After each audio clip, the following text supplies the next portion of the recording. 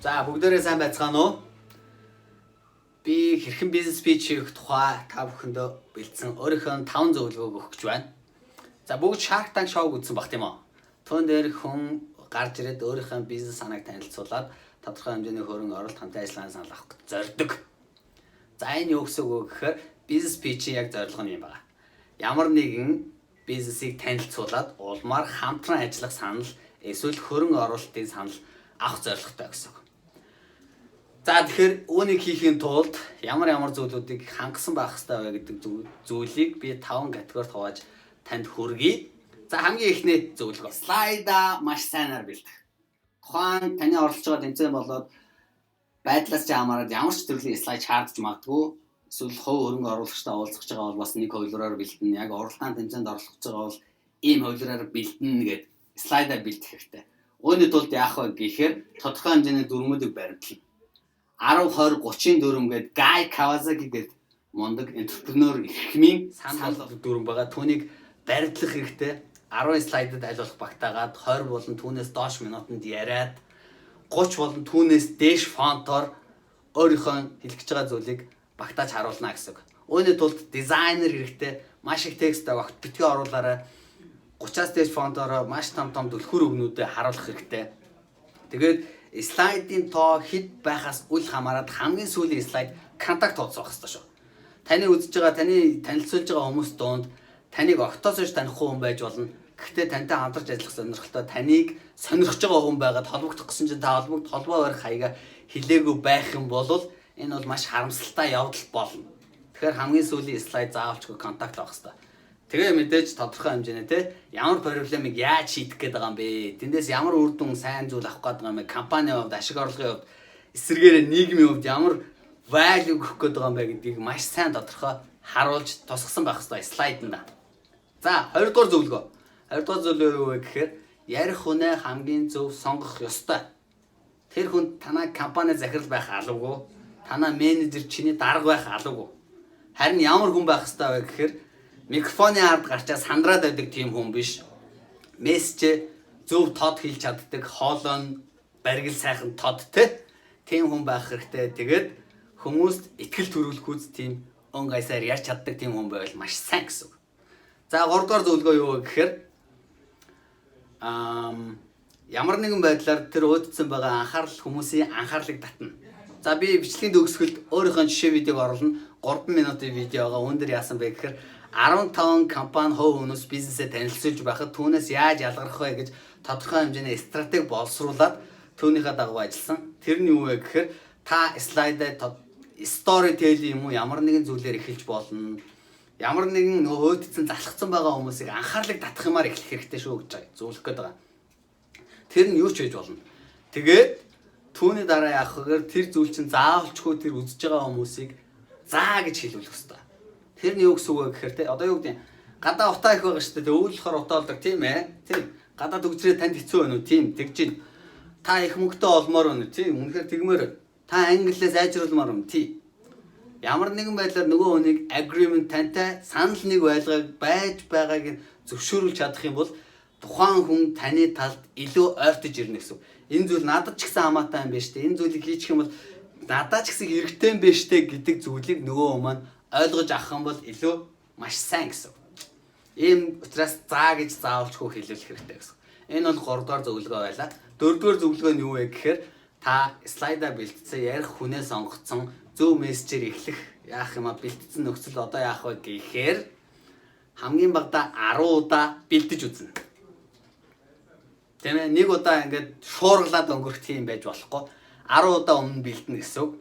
Ингэхээр яах вэ гэхээр цагийн баримжаагаа аавна. Урт яриад байна уу, удаан яриад байна уу те. Одоо бичлэгийн төгсгөлдөх видео болохоор яаж вэ? 3 минутанд багтаана гэсэн учраас маш их бэлдэх шаардлага гарсан 10 байтугай удаа туршиж үзсэн. Тэгснээрээ тодорхой хэмжээнд гайгүй болсон гэж бодож байна. Гэхдээ л цагтаа амжиж чадаагүй. Нэг юм асуудал гарсан. Тэгээд бэлдэх явцдаа яах гэхээр энэ өгүүлбэрийг хэлэх ёстой ёсгүй, үгийн сонголтоо зөв буруу гэд маш их зүйлүүдийг засч чадна. Тэгээд сул өгнүүдэд арилгаж чадна. Тэгээд ямар зүйлийг ямар өндөр тооноор хэлэх вэ гэдгээ бэлдэж чадна гэсэн. За энэ бол 4 дугаар зөвлөгөө. 5 дугаар зөвлөгөө нь яах вэ гэхээр та пичээ тавьсныхаа дараа маш өндөр хүлээлт тавьдаг шүү. Үүнийгээ болоорой. өндөр хүлээлт тавиха бойл гэсэн үг. Нэгэн удаа ячаад нэгэн хөрөнгө оруулагчтай уулзчаад шууд үр дүнгээ аавна гэж бити дайраарай. Та өнийг 10 удаа их хэвээр 10 хүн танилцуулах хэвээр 10 хөрөнгө оруулагчтай уулзах хэвээр тэгээд магадгүй 3 юм уу 4-өөс нь хамтран ажиллах санал, эргэж холбох саналыг авах ёстой. Тэгээд та боддоо 10 удаа тавина гэхэр чинь та эхний 2 3 4 дөхөөс 10 дахь удаагийн пич чи ямар мундаг болох вэ? Ямар сайн болох вэ те? Түүнийгээ сайн бодоод үр дүн чи улмал сайжраад хүлээлт чинь улмал ойртоод ирнэ гэсэн үг. Тэгэхээр та 10 удаа тавих хэрэгтэй гэж ойлгоорой. Нэг удаагийн оролдлогоосоо битгий өндөр үр дүн хүлээгээрэй гэж зөвлөх гэсэн. За сүүлийн видеог сонирхолж байна. Дүүргийн уралдаанд оролцоод санхүүжилтийн зээл авах юм уралдаан байсан. Тэгээд 15 баг хүмүүс оролцсноос бид нэр танилцуулаад санхүүжилт авах эрхээ авсан байгаа. Тэгээд танд жинхэнэ амьд жишээ учраас таалагдах байхаа гэж найдаж байна.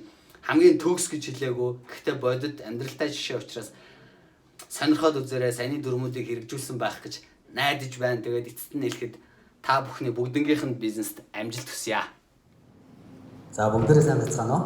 Англи гартаа өрөөтэй алаха аппликейшнийг танилцуулах гэж байна.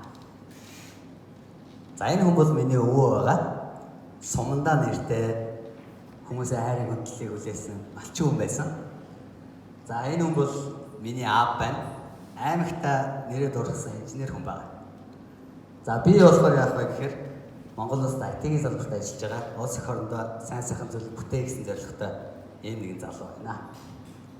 За энэ авраг бол миний хүү байна.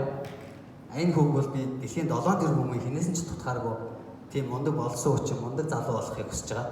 Өөрөөр хэлбэл миний хамгийн дөрөнд их хэвээр зүйл нь юу гэхээр англи хэлийг төгс хичээлүүлэх ёстой байна гэж өөртөө зорилго тавьсан байгаа. Гэтэл энэ зорилгоо бодоод ингэ явж байвал зөвхөн хэл эзэмшнэ гэдэг чинь ганцхан миний асуудал биш юм байна. Миний царагийн хүүхдтэй байна, болдоо байна, ах эгч бүгдээрээ хэлний асуудалтай байна гэдгийг ойлгосон.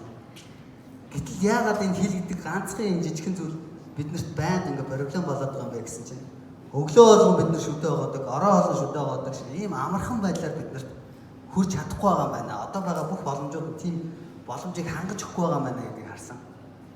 Тэгээд бид яасан бэ гэхээр өдөр болгон амархан бөгөөд хялбар байдлаар урамшилтайгаар хөгжилтэйгээр хийх боломжийг олох хэрэгтэй байна гэж миний аппликейшн хийгээд бодсон юм аа. Монгол улс бол залуу үндэстэй юм байна. 27 насны болж 2.3 сая хүн интернет холбогдсон юм байна. Бүгд ухаалагдтай. За тэгсэн чинь 6-аас 35 насны сая 600 мянган хүн хэл сурах шаардлагатай байна. Гэтэл харамсалтай нь Азийн 16 орноос бид 15 дугаарт хэлнийхээ байраар явж байна. Энэ аимшигтай үзүүлэлтийг бид нэр өөрчлөх ёстой байна гэж зорьсон. За тэгтэл өнөөдөр өдөр тутамд 150 мянган хүн хэл сурах гэж оролдож байгаа юм байна. Тэр хүмүүс жилдээ 250 мянган төгрөг хангалттай зарцуулж байгаа юм байна. Өнөөдрийн сургалтын төвөд бус зүйлүүд нийтдээ аль хэдийн 60 тэрбум төгрөгийн зах зээл эргэлдэж байгаа юм. Бид нэр ямар нэгэн байдлаар ээшээ орсон бөгөөд алдах зүйл огт байхгүй байна гэдгийг ойлгосон. За тэгэхээр яг хөөөр манай бүтээгдэхүүн ямар байх вэ гэхээр зугаатай байна. Хизээ хаанаас ч ашиглах боломжтой, нойлынхоо өрөөс ч ашиглах боломжтой. Тэгээ өдөр болго урамшуултаа бод найз зөвхтэй хамттайгаа энэ зүйлийг ашиглах боломжтой болж байгаа маа. За бид нар Lendman аппликейшнд хамтарч ажиллаж байна. 500 мянган хүнд хүрэх гээд ажиллаж байна. Apple компанида төрийн албаа агч 50 мянган хүнд хүрэх гээд ажиллаж байна. Үүний үед маш уяатан боломжийн хямдхан сонголтыг санал болгож байгаа. Энд бидний маш даруухан стратеги байна. Жилдээ 4900 төгрөгийг аваад 20 мянган хүнд хүрчээ. Ингэснээрээ бид бүх урсгал зардал юмнуудаа өгөхөд санхүүжилтийн зээлийг 8 сарын хугацаанд эргүүлэх боломжтой байна гэдгийг харсан. Бид санхүүжилтийн мөнгийг аппликейшнээ гүйцэж дуусгах одоо 80% тавьж байгаа. Контент веб ажил маркетинг активист ажиллах юм байна. За баярлалаа.